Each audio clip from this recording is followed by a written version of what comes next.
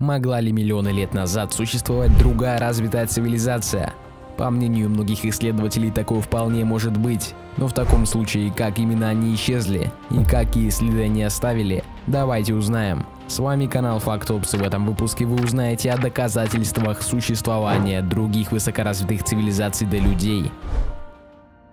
Земля. Она существует намного дольше, чем мы. Нашей планете 4,543 миллиарда лет. За это время могло произойти что угодно. Предположим, что 2 миллиарда лет на ней образовывались все необходимые условия для появления жизни. Вопрос в следующем. Могли ли существовать цивилизации в промежутке следующих 2,6 миллиардов лет? Мы говорим конкретно о возможных развитых цивилизациях. Это означает и большую площадь заселения, и наличие энергетики, архитектуры и определенных технологий. Другими словами, после развитой цивилизации должны были остаться хоть какие-то следы. На данный момент самые древние остатки и артефакты находят либо на большой глубине, либо в древнейших пещерах. Много древних находок найдено в Африке, а большая часть из них в глубоких расщелинах глубиной около 2 километров. Поэтому и считается, что первые прародители людей появились там. Исходя из этого, мы можем сделать примерный вывод, что находки возрастом от 100 тысяч до 1 миллиона лет можно найти на глубине примерно 2 километров. Если мы хотим найти следы более древних цивилизаций, например, возрастом в 1 миллиард лет, то на какой глубине их стоит искать? Многие говорят, что нет никаких находок, доказывающих существование древних развитых цивилизаций. По такой логике их и не должно быть на том уровне Земли, где мы сейчас находимся. Если они есть, то они должны залегать намного глубже. Самые интересные и спорные находки, которые датируются сотнями миллионов лет, нашли в угольных шахтах на больших глубинах, ну или в каменных твердых породах примерно того же возраста. К примеру, относительно недавно на территории Камчатки был обнаружен механизм возрастом 400 миллионов лет. О нем мы обязательно поговорим, но чуточку позже.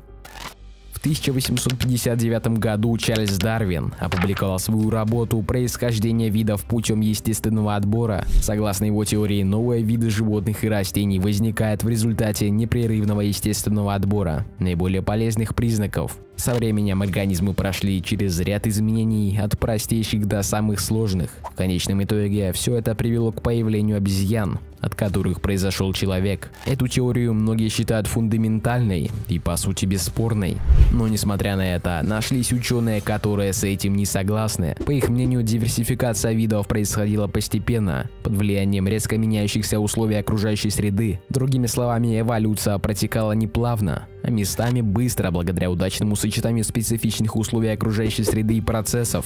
Однако существует и другая теория, которая утверждает, что эволюции, как мы ее знаем, вообще не существовало. Более того, даже та история, которую мы знаем, в корне несовершенна. Теоретики считают, что многие развитые цивилизации существовали на Земле в течение очень долгого времени, и некоторые из них даже существовали до динозавров. Некоторые использовали ядерное оружие до нашего времени, а другие обладали знаниями, которых мы еще не достигли.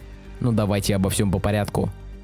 Загадочный браслет возрастом 40 тысяч лет является одним из последних доказательств существования древних цивилизаций, имевших доступ к передовым технологиям. Ученые считают, что тот, кто изготовил это впечатляющее украшение, скорее всего владел какой-то технологией, похожей на технологию современной дрели. До этого открытия историки считали, что раскапывание камней с помощью машинных инструментов – это и есть раскопки. Эта находка была сделана в одной из Денисовых пещер.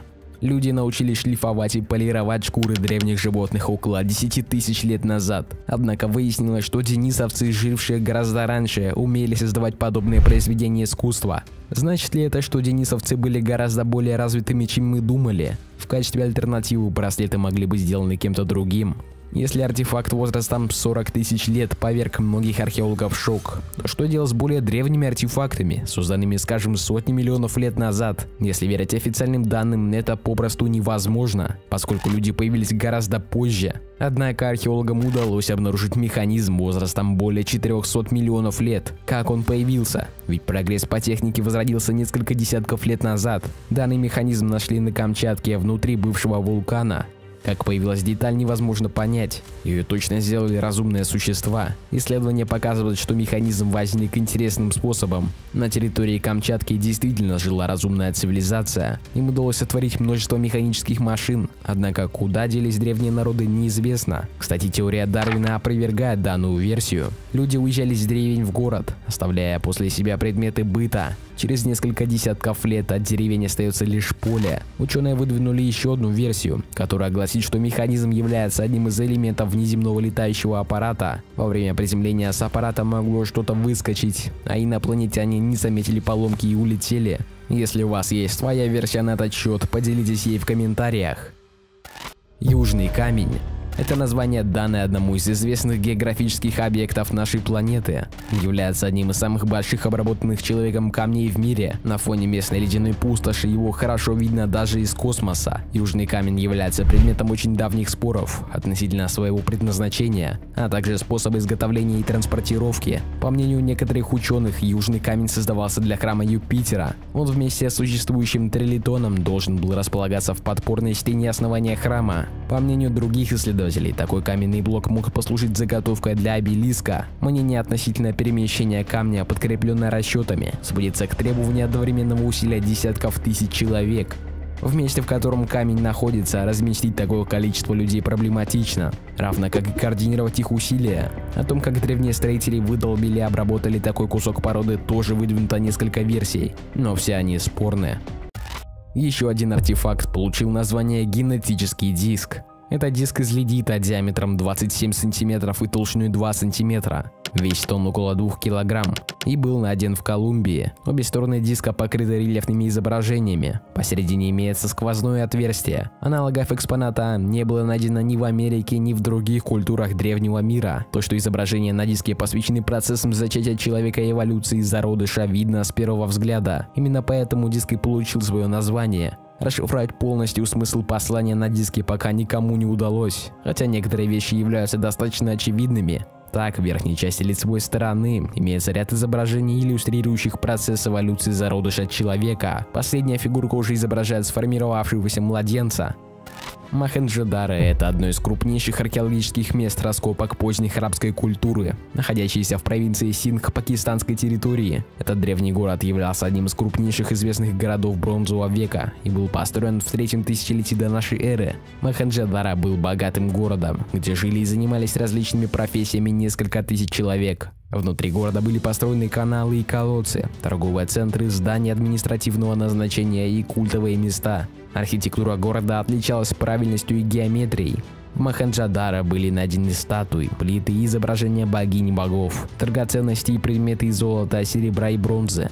Одним из удивительных открытий была купальня, состоящая из орнаментированных ванных комнат. Каждая комната имела канал, который подавал свежую воду. Вполне возможно, что эти купальни использовались для религиозных церемоний или для лечения. Это описание делает его идеальным древним городом, но по какой-то неизвестной причине его внезапно оставили.